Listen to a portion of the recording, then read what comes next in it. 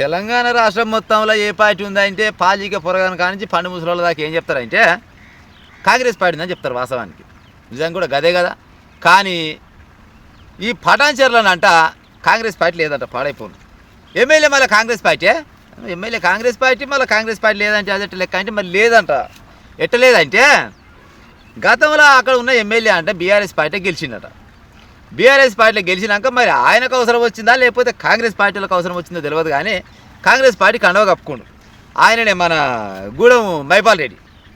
ఆ గూడెం మైపాల్ రెడ్డి అంటే కాంగ్రెస్ పార్టీ కండవ కప్పుకున్నాక ఇక చేసేది మొత్తం బీఆర్ఎస్ పార్టీలో పనిలే. ఈ కాంగ్రెస్ వాళ్ళని దేకకాలం లేదంట.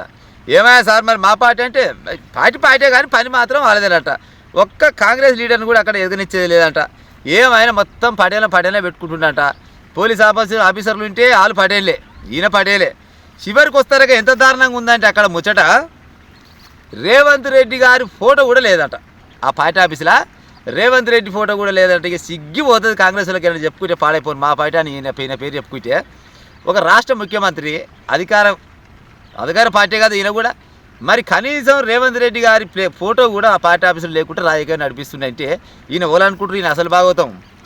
ఈయన మన హరీష్ రావు ఉండు కదా, హరీష్ రావుకు మంచి పానవాసుడు సోబతిగాడు అంట ఈయన.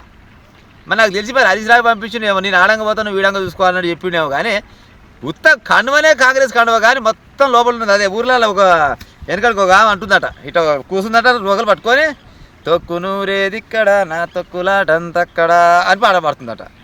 చిన్న మొగడు రానే వచ్చిందట. ఇదేమో పాడబడుతుంది, ఏమో పాడబడుతున్నామని పాడైపోయి నిన్న అనుకుని ఉత్తానే ఏదో పాట అంటే ఈయన ఉచ్చి కట్టే ఈడ ఉండు పానమంతా బీఆర్ఎస్ల మీద ఉన్నది. కాంగ్రెస్ పార్టీ వాళ్ళని అరిగోస పెడుతున్నట. చూడురి కాంగ్రెస్ పార్టీ వాళ్ళే డౌన్ అనే కాడికి వచ్చింది ఇలా ముచ్చట. ఈ మైపాల్ రెడ్డి అంటే ఆయన మొత్తానికి ఇది మన బీఆర్ఎస్లకే చేస్తున్నట్ట. భూ కబ్జా అంటేనే దాదాపుగా పటాన్ చెరువులో మంచి ధరగల భూములాయ. గతంలో కవితక్క ఉండేగా, కవితక్క మాస్తు చదిరిపోయిందట భూములు. ఆ తర్వాత హరీష్ రావు చదిరిండంట.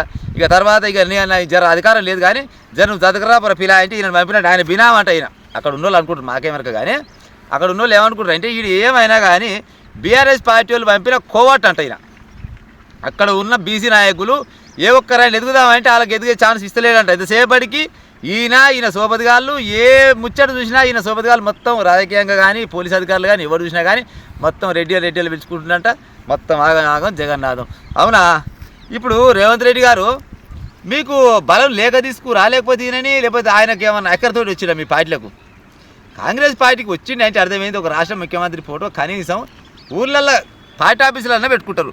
అసోంటిది ఎమ్మెల్యే గారి ఆఫీసులో కూడా కనీసం మీ ఫోటో లేకుండా రాజకీయం చేస్తున్నాయంటే ఈయన వెనకంగా ఉన్నది కేటీఆరా, కేసీఆరా, లేకపోతే మీరేనా? ఇక చెప్పాలి కథ. భూములు మొత్తం ఏడి కాడికి లాక్కుంటా పోతుంటే ఇక పేదోళ్ళకి ఏం మిలిగించినట్టు కొడుతుంది చూడబోతే. ఈ మైపాల్ రెడ్డి అంటే ఆయన మొత్తం అరాజకం చేస్తే నిన్న ధర్నా ఎంత పెద్ద ధర్నా చేసిరు. ఇప్పుడు ఈయన బయట దేశాలకు పోయినట్టుగా రేవంత్ రెడ్డి మరి వచ్చినాక ఎట్టేట చేస్తారు ఏం కథనో. కానీ వాస్తవానికి చెప్పాలంటే ఈ పార్టీలకు మరి ఏం పని తీసుకురో తెలియదు.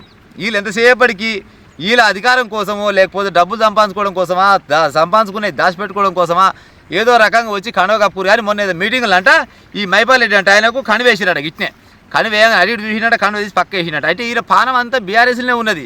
కాంగ్రెస్ పార్టీ వాళ్ళని అరిగోస పెడుతున్నాడు రేవంత్ రెడ్డి గారు. వచ్చేవేమో సర్పంచ్ ఎలక్షన్లు పాడైపోను. ఇక మరి అప్పటిదాకా ఈయనకేమన్నా నువ్వు తాళం వేయకుంటే అక్కడ నాకు తెలిసి పటాన్చెరులో మొత్తం కాంగ్రెస్ మొత్తం ఖాళీ అని ఓసివా అంటారు. ఇక చూసుకో వచ్చేవేమో సర్పంచ్ ఎలక్షన్లా మరి ఆడ గెలవాలంటే గిసోంటివి ఏమన్నా కట్టుబంద్ చేసుకుంటే అవుతాయి, లేకపోయినా అంటే గోవిందమంగళం దానికింత నింగళం అన్నట్టు అయిపోద్ది. ఇక తర్వాత మీ ఇష్టం పటేలా రేవంత్ పటేలా. కనీసం నీ ఫోటో కూడా పెట్టుకోలేదు. ఆయన నీ ఫోటో పెట్టుకోవడానికి కూడా మరి ఆయనకు ఇంట్రెస్ట్ లేదా, లేకపోతే నువ్వు అవసరమే లేదో అది ఇక నువ్వేమైనా చెప్పాలి, లేకపోతే చూసే జనాలని చెప్తారు. ఇక ఉంటా మరి.